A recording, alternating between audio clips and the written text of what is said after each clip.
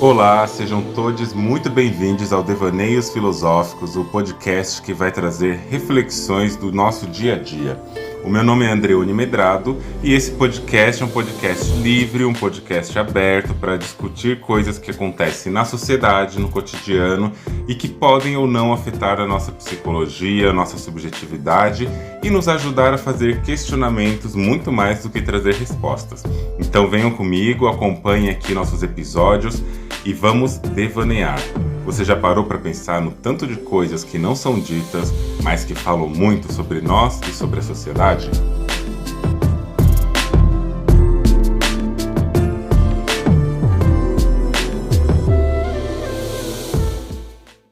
Falar de desejo é sempre alguma coisa assim que a gente vai longe se deixar, né? A gente vai bem longe. No último episódio, episódio 13, eu falei sobre desejo de um modo geral. Falei que o desejo ele está em trânsito. E ali tem toda uma explicação, né? Devaneios. Tem todo um devaneio, um conjunto de devaneios sobre desejo, sobre o modo como a gente constrói também o nosso gosto e tudo mais. Hoje eu queria falar de uma coisa que eu também prometi ali naquele podcast, naquele episódio, mas é mais específico. É sobre o nosso desejo pela brancura. Como que a gente tem na sociedade que é tão racista e que a branquitude oprime tanto as pessoas racializadas, como que mesmo assim a gente ainda consegue ter um desejo pela brancura, pelo branco, pelo afeto branco, pelas conquistas brancas e assim por diante. E começar dizendo e relembrando, o gosto e o desejo, eles têm um componente que fazem parte das nossas predisposições, mas também tem um componente que ele é construído socialmente. O gosto pela pessoa branca não é um componente biológico, é um componente social construído ao longo de muitos anos, ao longo de muitas opressões e ao longo de muitos aprendizados, interiorizações de gosto, de modos de agir, etc. E a pessoa branca, as coisas que dizem respeito a uma branquitude, que não é só a pessoa, né? Branquitude é um conjunto de coisas que acaba privilegiando pessoas brancas, e aí, né, por isso branquitude, ela está enraizada de tal forma que as representações por anos e anos e anos foram brancas. Hoje, a gente tem uma tentativa maior de rompimento da bolha sobre pessoas negras, pessoas amarelas, pessoas indígenas, mas também não vamos nos iludir tanto, porque isso não acontece em todo lugar, não acontece do mesmo jeito, e muitas vezes isso é um tokenismo. Igual eu falo naquele episódio, se é amor ou tokenismo, vale a pena dar uma olhada também. Os números, as estatísticas, ainda são alarmantes para populações não brancas, sobretudo populações negras e indígenas, em relação à saúde mental, em relação à moradia, emprego, alimentação e sofrimentos psíquicos promovidos a partir de um racismo. Os números de genocídio, de mortes, de desabrigadas, pessoas que perdem as suas casas em condições ambientais que são trágicas, né, em tragédias ambientais, o nome disso é racismo ambiental, e uma série de outros dados apontam para as populações racializadas, sobretudo negras e indígenas, uma situação de precariedade. Isso mostra que, apesar de supostamente haver mais representatividade, ou talvez a nossa bolha está muito fechada, a gente está olhando muito para isso, né? Apesar de haver essa suposta ideia de representatividade, os dados ainda não mudaram, ainda não melhoraram. Tem mais pessoas nas universidades, mais pessoas racializadas, pessoas negras e indígenas? Tem mais do que antes, é verdade. Mas isso não significa também que o cenário está bom. Ele está dando passos bem lentos, bem devagar. E o que promove essa desigualdade num país que foi originalmente construído não por pessoas brancas? Foram os povos originários que sempre estiveram aqui, que cuidaram, que viveram, que construíram as coisas que a gente vê. Quando a Europa chega e invade o nosso território, quando a Europa invade esse continente, esses espaços e começa a classificar, né, como território ABC, D, E, F, G, ela traz também outras pessoas para participar como mão de obra, né? Então vai ter a escravização, a captura, o sequestro violento, agressivo de pessoas de África que são trazidas para cá. Muitas pessoas, estima-se que cerca de 6 milhões de pessoas negras foram trazidas. A estimativa mesmo é de que cerca de 11 milhões foram trazidas, só que mais da metade morreu na travessia. Chegaram efetivamente 6 milhões. Só que hoje, como a gente olha para o Brasil de 210 milhões de pessoas aproximadamente, mais da metade dessas pessoas são pessoas que se autodeclaram pessoas negras. Ou seja, mais de 105 milhões de pessoas são pessoas negras nesse país. As pessoas negras e indígenas construíram esse país. As pessoas negras e indígenas produziram o que a gente chama de Brasil, esse tal Brasil, como chama agora. E por que que mesmo assim, com tantas pessoas negras, com a população não branca muito maior do que a população branca, por que que mesmo assim a gente ainda tem o branco como modelo? Porque não basta que exista os dois grupos, não basta que existam vários grupos, pessoas brancas, negras, pessoas indígenas e que, posteriormente pessoas amarelas que são trazidas também na imigração aqui para naquele processo de mão de obra barata, tem um certo embranquecimento, desescurecimento do Brasil. Isso acontece porque eu até tenho um termo que eu uso em um texto chamado palmitagem, psicologia da palmitagem, que é um termo que eu chamo de apagamento referencial. O apagamento ele pode acontecer de várias formas. Ou você apaga a história de um povo matando esse povo, você apaga a história de um povo silenciando o povo e deixando que ele não apareça, invisibilizando totalmente a sua fala. Ou você faz isso também de um outro jeito, que pode ser misturado, mas que é um outro jeito, que é o apagamento referencial, quando você apenas referencia um grupo e não referencia mais nenhum. Ou seja, quando a branquitude vai construir as suas narrativas aqui em solos brasileiros, por exemplo, mas de modo geral, ela só referencia a si mesma.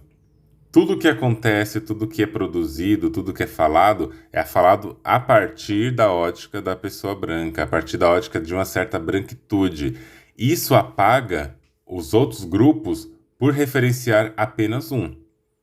E você vai vendo, né? Desde o começo, quando a gente tem as esculturas, quando a gente tem as pinturas, as obras de arte, as narrativas, quando a gente tem a própria literatura contando a história das pessoas, o que é retratado nas novelas, o que é retratado nos filmes, nas músicas, nas capas de clipes, nos outdoors, nas propagandas de família, até os comerciais Doriana, como a gente falava, né? Para quem não conhece, para quem é muito shopping, Doriana é uma marca de margarina, e que antigamente a propaganda dessa marca de margarina era famílias que era composta basicamente por uma mulher branca, um homem branco, uma filha branca e um filho branco no café da manhã, o homem se preparando para sair para trabalhar, enquanto a mulher cuidava ali de todos os afazeres da casa, inclusive servia ali na mesa. Isso é a família margarina.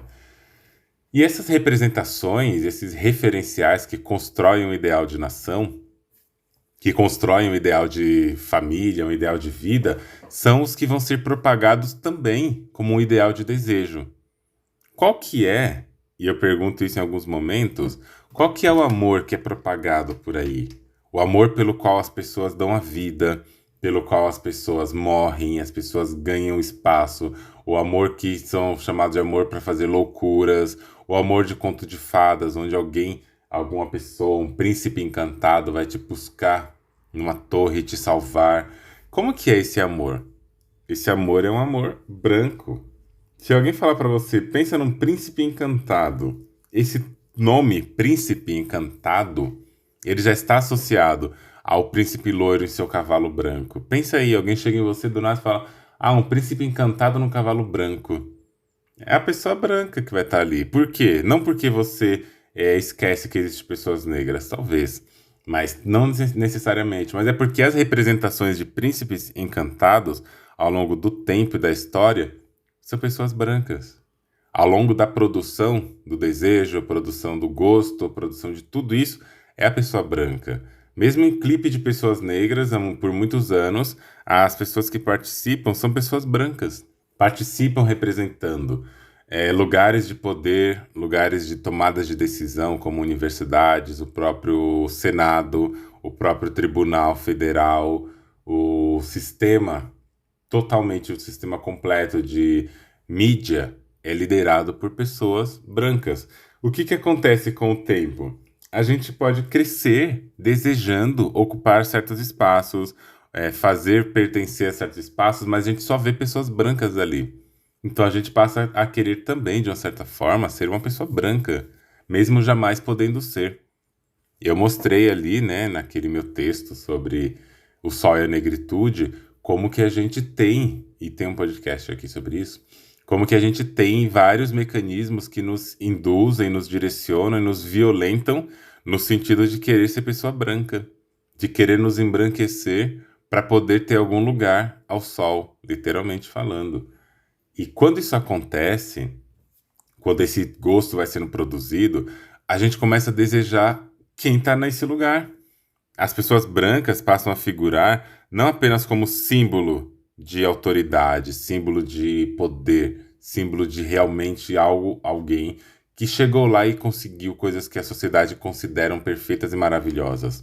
Na verdade, as pessoas brancas passam a virar também, e os objetos e símbolos de branquitude passam a virar também um símbolo de sucesso, uma representação de que algo deu certo, de que você chegou lá. E se a gente for pensar nas relações afetivas, a pessoa branca também ocupa esse lugar. Historicamente, a pessoa branca é colocada como um troféu. Você é uma pessoa amiga da pessoa branca, amiga da melhor pessoa, da pessoa mais famosinha da escola, que geralmente é uma pessoa branca, e assim por diante. O nosso gosto e o nosso desejo pela pessoa branca começa sendo construído aí. Começa sendo produzido nesse lugar em que o branco ele é um troféu também. Aquele livro que é um livro que eu sempre recomendo e é um livro que vale muito a pena ler, que é da Neuza Santos Souza, chama Tornar-se Negro, tá com a edição nova pela Zahar, se eu não me engano. Mas Tornar-se Negro é um livro que vai falar sobre a ascensão da pessoa negra na sociedade e vai trazendo várias marcações. Neuza Santos, por exemplo, vai falar nesse lugar que a gente está chamando aqui de sociedade produzida pelo embranquecimento, de ideal do ego. Ideal do ego é essa busca do branco e da brancura como a representação máxima do que existe numa sociedade.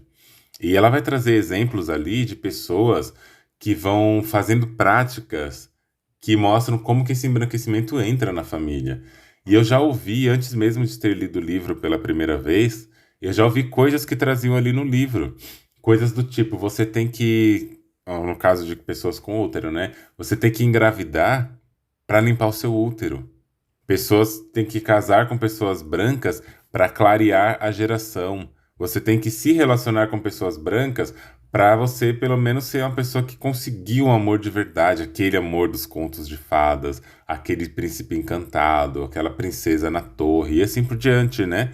Só que sistematicamente também a gente vê várias violências que a gente comete conosco. Não que nós somos violentos conosco, mas que nós acabamos reproduzindo vários episódios de pessoas que colocam. Não sei se vocês já ouviram isso, eu já ouvi na minha família, de colocar um prendedor no nariz para o nariz manter fino, de você não se orgulhar nem um pouco dos seus traços negros, tipo cabelo crespo, o nariz mais largo, uma boca mais grossa, a pele, quanto mais escura, dependendo da pessoa, pode causar um pouco de aversão, isso existe mesmo.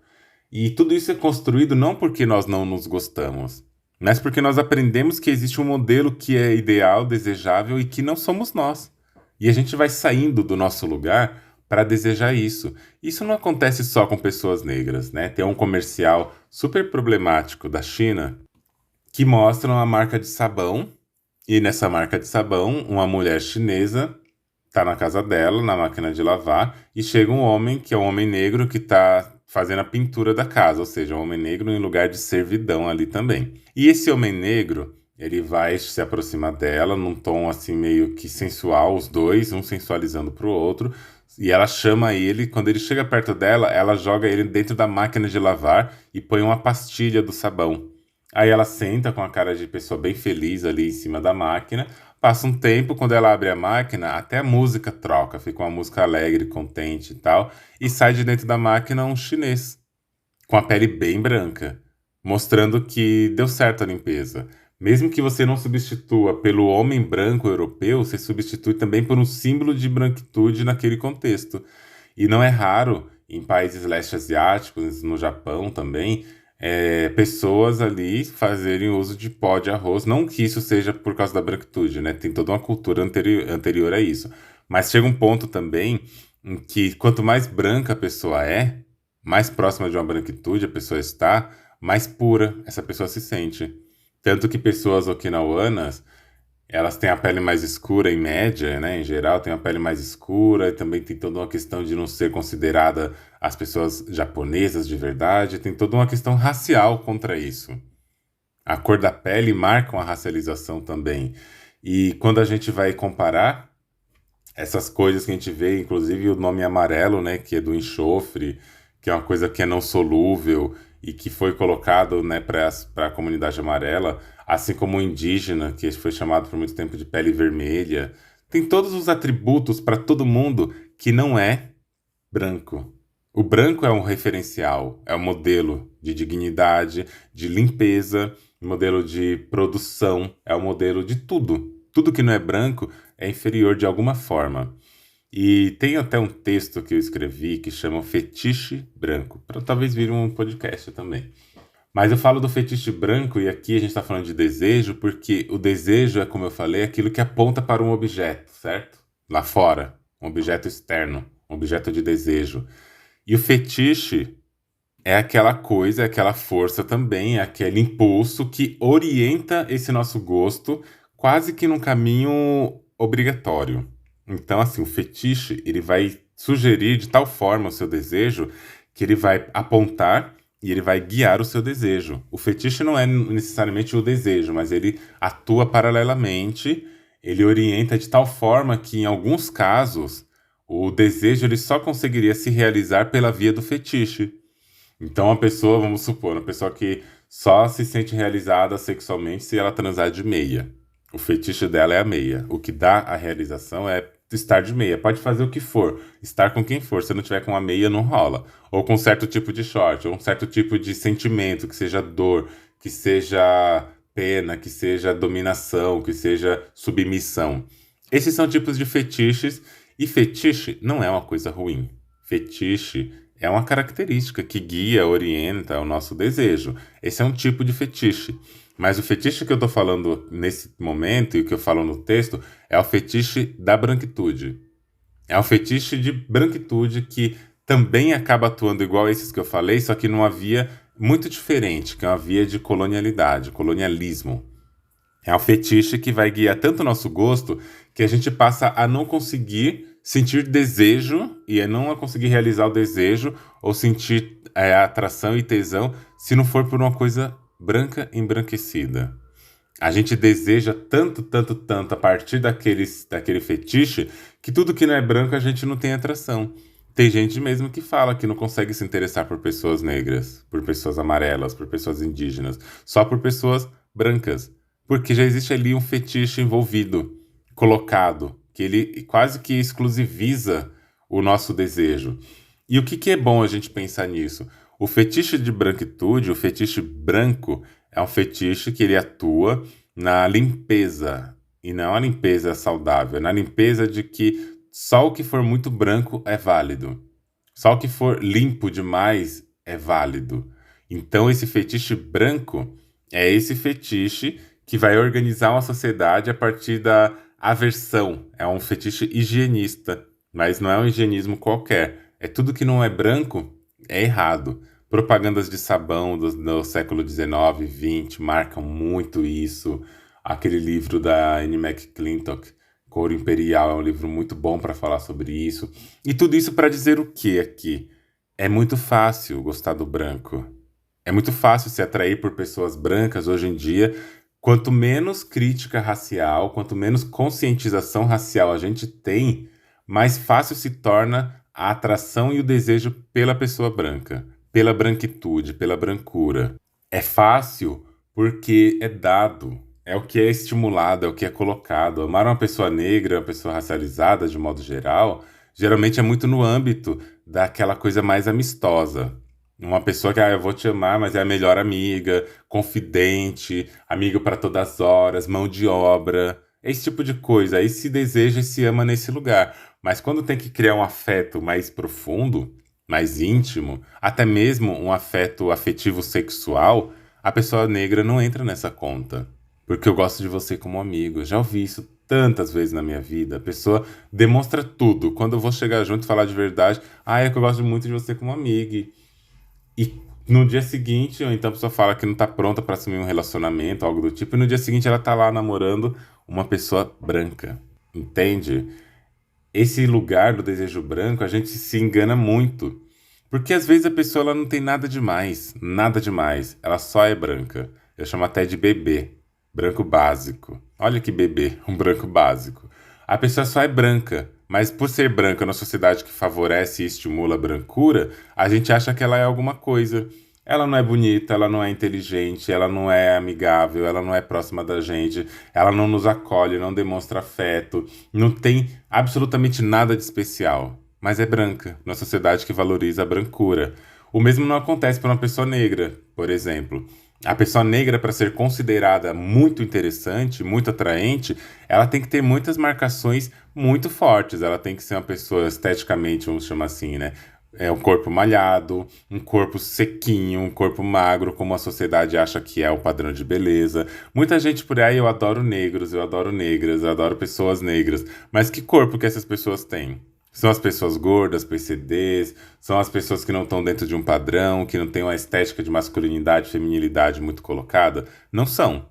Se adoram pelo estereótipo também da pessoa negra, que é uma pessoa boa de cama, que é uma pessoa que tem um pau grande, que é quente na cama. Se atrai por esses estereótipos, que são estereótipos geralmente vividos no sigilo, vividos ali no oculto do seu cômodo, da sua casa, dos seus recônditos ali. A pessoa branca não, a pessoa branca é aquela que você mostra para as amizades, que você posta foto, aquela que você apresentaria para a família. Porque o branco é mais aceito. E é isso que eu falo. O afeto pelo branco, pela brancura, é mais fácil. Só que ele só é mais fácil nesse sentido, né? Porque é uma via de entrada fácil, porque tá aí, a sociedade apoia. Agora, quando a gente está falando da convivência com a pessoa branca, aí são outras coisas. Outras formas de viver e outras maneiras de existir. Tem um texto que eu sempre falo dela, que é uma amiga que eu adoro, que é a Laura Ueno. Ela tem um trabalho de doutorado dela que chama Afetos Racializados, Amores, né, racializados, e vai falar sobre o casamento entre pessoas brancas e amarelas e entre pessoas negras e amarelas. E vai mostrar uma coisa que eu já tinha sentido na pele e que eu já vi em muitos outros relatos e que vai falar ali com muita precisão de que quando a pessoa branca entra na família amarela, ela não sofre tanto preconceito assim. Ela sofre, mas não é tanto desse jeito quanto a gente imagina que seria com a pessoa negra. A pessoa negra sofre discriminação, sofre racismo, várias perguntinhas, né? Se vai nascer assim ou daquele jeito. E até nesse lugar do afeto da família, a gente percebe que o branco ele é mais acolhido, ou menos, ou no mínimo, né, menos rejeitado. O branco ele é colocado como algo mais seguro. E na minha hipótese, uma das coisas que acontece de aceitarem mais o casamento entre uma pessoa branca e uma pessoa amarela é que o filho, a criança, ainda vai nascer branca, né? A pele ainda vai nascer clara.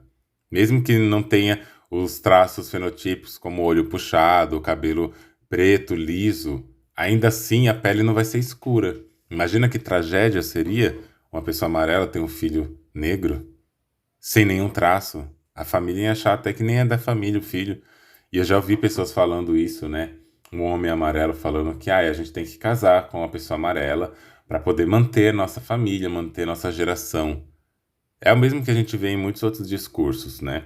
E esse lugar que a gente está pensando da discriminação, do racismo, da violência, ele acontece porque o branco é colocado como um desejo acima de tudo. E aí a pergunta que fica, tá, mas e como é que eu vou questionar isso se eu fui construído por tanto tempo nesse lugar? Você só vai questionar isso quando você romper, igual eu falei no episódio anterior, quando você romper as práticas. Nem tudo a gente consegue desconstruir com teoria, nem tudo a gente consegue desconstruir com leituras, com isso e com aquilo. É a prática. É a prática. Só que a prática ela é difícil. Porque uma coisa é você se relacionar com a pessoa negra no seu sigilo. Você vai na casa dela, ela vai na sua, ninguém vê, ninguém sabe de nada. Tudo que você posta com a pessoa branca ou com a pessoa amarela. Mas aí na hora de viver o seu afeto escondido é com a pessoa negra. Aí é mais fácil. Agora, na prática mesmo de viver isso como você viveria com outras coisas, outras pessoas, é você mostrar essa pessoa negra também publicamente. Pessoa negra não é um animal para você esconder, não é um bicho para você tratar como quem trata escondido. E assim como pessoas negras também não são troféus, né? Eu falo pessoas negras porque, por mais que as pessoas amarelas estejam também, na minha perspectiva, né? Nesse lugar de fetiche, nesse lugar de hipersexualização, do exotismo, por mais que pessoas amarelas também estejam nesse lugar que não são pessoas brancas, mesmo assim, a pessoa amarela ainda ocupa um lugar de desejabilidade social. Por várias razões a gente pode questionar isso, mas ela ainda ocupa um lugar de desejabilidade social que não se compara ao lugar da pessoa negra, né? E as violências acontecem do mesmo jeito quando pessoas amarelas entram em grupos brancos. Eu acho que a violência ela existe porque ainda estamos falando de branquitude. A branquitude ela é perversa em vários aspectos. Mas quando a gente está falando, por exemplo, das pessoas negras, muita gente quer a amizade com a pessoa negra para falar que é desconstruída também, que é um relacionamento até mesmo afetivo sexual, só para provar para si mesma e para o grupo, para a sua rede, que ela é desconstruída, que ela realmente, olha, eu até namoro uma pessoa negra. A gente vê que está crescendo muitos memes de casais interraciais que tentam ser românticos, mas são agressivos ainda. Quando eles falam coisas do tipo, eu tinha tanto medo de escuro e olha hoje como eu estou com uma pessoa negra. E mostra a foto da pessoa branca com a pessoa negra, sabe? É violento, é agressivo, e a branquitude se sente confortável de fazer isso. É só pessoa branca, tem nada demais. Mas elas têm esse espaço de legitimidade para fazer isso e fazer muito mais. Então, quando eu falo de questionar o desejo pela pessoa branca, pela brancura, o desejo para além do branco, eu também estou dizendo que o desejo ele está em outros universos, além desse todo aqui que eu falo do afetivo. É que o afetivo ele nos orienta muito, ele nos aperta muito em vários lugares e o desejo branco é colocado como o melhor. E a gente vai descobrir facilmente, mas facilmente, a partir do momento que a gente questiona isso e fala, calma, tem várias outras possibilidades. A gente vai descobrir que o branco é acomodado. O desejo pelo branco é um desejo acomodado, porque a brancura não se propõe conquistar nada nem fazer nada. Ela quer ser feita, ela quer ser recebida, ela quer ser conquistada, ela quer ser sempre colocada no pódio. E óbvio que tem recortes de gênero que devem ser considerados, que não é porque uma mulher é branca que ela não sofra os intempéries da vida, da sociedade, do machismo, da misoginia. Só que se a gente quiser comparar, vai ter que comparar mulher branca com mulher negra, indígena e amarela. E a mulher branca sempre vai estar em vantagem, se for comparar par a par dos grupos de comparação, né? Então, o que eu tô falando aqui não é não é especificamente sobre o gênero, é sobre a raça. Mas esse desejo pelo branco, ele ultrapassa o limite do afeto, do amor e do desejo afetivo sexual também. Ele tá, por exemplo, nas nossas leituras. Quantas pessoas racializadas você lê? Nos seus estudos, quantas referências são de pessoas racializadas? Quantos professores, professoras você já viu? Quantas referências intelectuais na música, na arte, na produção midiática que são pessoas negras? Você pode até conhecer algumas, obviamente, mas pega aí a proporção. A proporção é de muito mais pessoas brancas. A literatura da USP, por exemplo, onde eu fiz psicologia, onde eu estudei meu mestrado, meu doutorado, é branca do começo ao fim. Quando a gente criou no Instituto de Psicologia em 2019, eu e alguns outros estudantes, umas amigas e amigos, o primeiro coletivo negro no Instituto de Psicologia, que tem 50 anos o Instituto, a gente criou esse primeiro coletivo, que chama Escuta Preta, com o intuito de fazer essas mudanças, sugerir essas mudanças de bibliografia, de etc e tal. E é muito difícil, porque é tudo branco ali. Raramente alguém fala de alguma leitura sobre pessoas brancas. Na antropologia da USP já tem um pouquinho mais de discussão, mas ainda é minoritário. A imensa maioria do que é produzido, falado e referenciado ali é branco. O desejo pelo branco já começa aí. Começa desde que produz o nosso conhecimento. Quem produz conhecimento seleciona narrativas para serem faladas no mundo. E quem detém o poder vai colocar mais narrativas no mundo. E a branquitude tem colocado a sua narrativa sobre o mundo. Princesa Isabel como aquela que libertou os negros da escravidão, as pessoas negras colocadas num lugar de amizade com pessoas brancas, o mito da democracia racial, tudo isso são produções brancas para um país que é um país racista, profundamente racista. O que a gente consome também diz muito sobre como a gente vai interpretar o mundo. E o nosso consumo de coisas brancas vão nos orientar a viver e a desejar coisas brancas. Pessoas amarelas, negras e indígenas. Quantas vezes vocês já leram, já desejaram, já gostaram e já tiveram quase que como ídolo pessoas brancas na literatura? Existem pessoas brancas que a gente pode gostar e tudo bem, são coisas que produzem que podem ser boas. Mas onde estão as pessoas negras que estão falando coisas parecidas? A gente não tem contato, não porque a gente não quer, mas porque os meios onde a gente circula, ou melhor, não apenas porque a gente não quer. Mas é porque o meio onde a gente circula é um meio que está embranquecido, que está falando do branco. E isso constrói em nós o desejo branco. E a gente precisa saber que o desejo ele está para além do branco. O branco não é a nossa referência.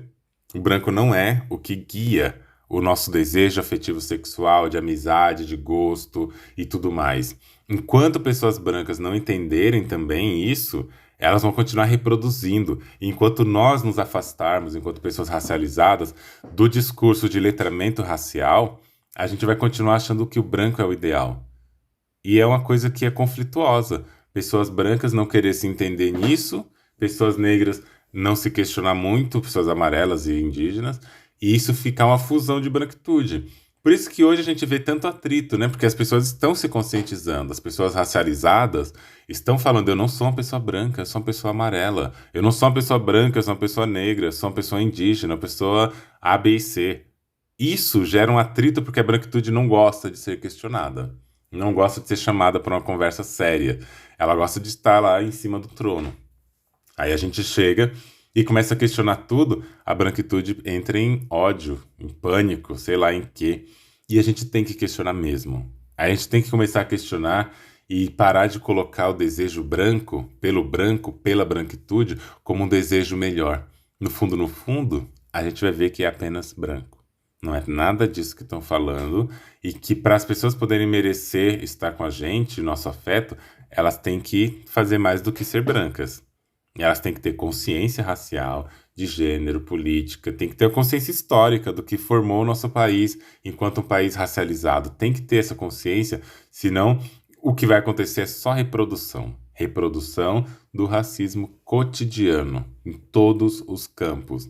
Como vai dizer Grada Quilomba no livro Memória da Plantação. São episódios de racismos cotidianos. Todo dia tem um pouquinho. E quem faz isso? A pessoa branca. Ela precisa se conscientizar. A conta não é nossa de pessoas negras.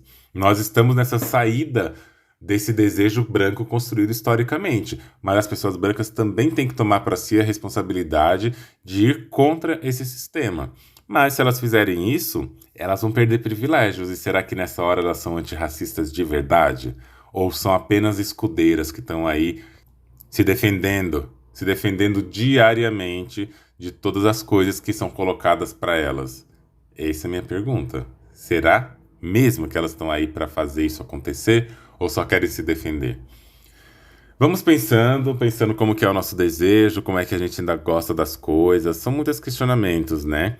Uma pessoa que eu conheço, que é uma pessoa racializada, amarela, que se relaciona com outra pessoa amarela e que até se relaciona com pessoas negras, mas você nunca vê foto dessas pessoas negras com ela, você só vê fotos dela com pessoa amarela, com essa pessoa amarela que ela se relaciona. Essa pessoa negra é o fantasma, talvez um objetinho sexual que alegra essa pessoa. Outras pessoas que eu conheço também, que eu vejo por aí, são pessoas que encontram na pessoa negra esse lugar de ruptura dessa normatividade. Olha como eu quero quebrar os paradigmas, mas não assume. Não assume que é uma pessoa com quem se relaciona, não se entrega, Pro branco se entrega de todo o coração, porque o branco ele é fácil de se entregar. Para a pessoa negra são vários questionamentos, vários adendos, e basta um erro. Não tem perdão. O branco você leva até sério o que fala na Bíblia, que é 70 vezes 7. O negro não. A pessoa negra só pode errar uma vez e olhe lá. Se você suspeitar que errou, você já não quer mais. Isso é racismo também. Isso também configura um racismo porque o branco sempre tem legitimidade, a pessoa negra não. Ah, eu não consigo namorar pessoas negras porque essa que eu namorei não deu certo. Namorou uma ou duas. Namorou 50 pessoas brancas, deu tudo errado, mas não. É o branco mesmo que eu consigo viver e blá blá blá. Gente, vamos acordar, tá bom? Vamos acordar.